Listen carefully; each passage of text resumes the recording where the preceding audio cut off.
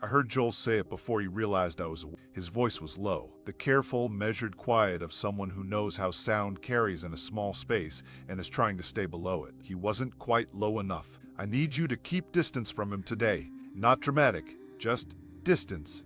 A long pause. Ellie's breathing. Particular silence of someone receiving something they don't want to receive. It's not a conversation, Joel said. It's a condition. I lay still on my side with my eyes open and listened to the fog outside and didn't move for a long time. By the time I came out, they were both in the main room. Joel at the window with coffee, his first, probably his second. Ellie at the table with her journal open, pen in hand, not writing. She looked up when I came in, half a second of direct contact. Then the journal, the pen moving now. Something committed to the page, though I doubted it was anything she'd planned to write before I walked in. Joel nodded. Mornin'. Mornin'. He turned back to the window. I filled a cup with water and drank it standing at the counter and felt the room arrange itself around the three of us. The distances, the angle, the slight rerouting of ordinary movement that happens when a space becomes hazardous in a way nobody is acknowledging out loud. I understood it. That's the part I keep returning to.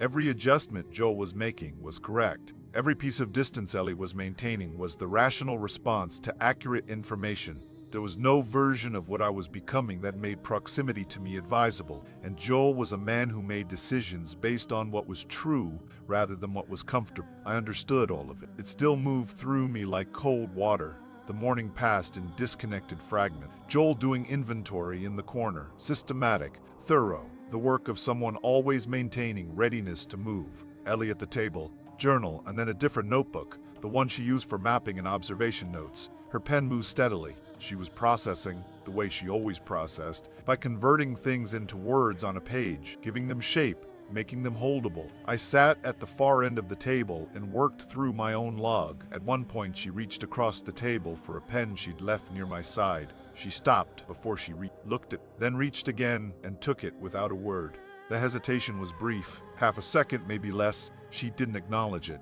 Neither did I. The outside air was cold and flat. We went out at mid-morning. Joel's routine, held to with the discipline of someone who knew that the moment you stopped observing was the moment you stopped adapting. Ellie came too. She didn't volunteer it, but she didn't stay behind. They were already visible when we reached the sidewalk. 7 today.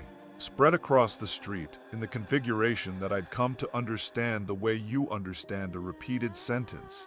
Not by analyzing it each time, but by pattern recognition, by the specific shape of the familiar. Northern cluster of 3. Southern pair, single opposite the entrance, and today, one more positioned east along the cross street at the corner, angled to maintain line of sight, adding coverage, adjusting the grid. I stood and didn't move and felt them the way you feel. Air pressure before weather changes, not with fear, not with awe, just as information, clean and factual. They were there. Their arrangement meant this. This position indicated that. Joel was watching me, not them. I turned my head slightly east to look at the new addition by the cross street. All 7 heads turned east simultaneously. Ellie made a sound, not a word, just the involuntary compression of breath that happens when the body registers something before the mind has finished processing it. I felt her take a full step backward without looking. I looked south again. They looked south. I stayed very still after, hands loose, weight, nothing to track. Nothing to respond to. The infected held their positions. Joel's voice behind me. Come inside. We stood in the apartment. The word stood because nobody had taken a chair, because this wasn't a sitting kind of moment. And Joel looked at both of us in turn before he spoke. I've been running numbers in my head since day 8, he said. Every observation, every incident, every variable. He paused. The connection is accelerating. It was passive in the first days. They responded to your presence. Then it was reflected. They mirrored movement. Now it's anticipatory. They're not waiting for signal anymore. They're preemptively tracking. I didn't argue. There was nothing to argue, which means the lag is gone, which means whatever is bridging you and them, it's faster than it was. And if it's faster now than it was 4 days ago, he stopped. Let the projection complete itself. I know, I said. Then you know what I have to say.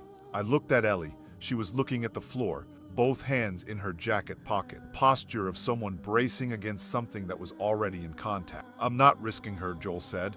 The room held that. 3 words. Quiet and final, the way wait is final. Not dramatic, just irresistible. I know, I said again. Ellie moved first. She went to the window and stood with her back to the room for a moment. When she turned around, her face was controlled, jaw set, particular expression of someone who has had feelings and made a decision about how much space there. This isn't, he started. Ellie, Joel's voice. No, not raised. I'm not. She stopped, collected something. I'm not gonna pretend I don't see it. I see it. I was there this morning. I watched it happen. She looked at me. But there's a difference between being careful and writing someone off. Nobody said anything about writing anyone off, Joel said.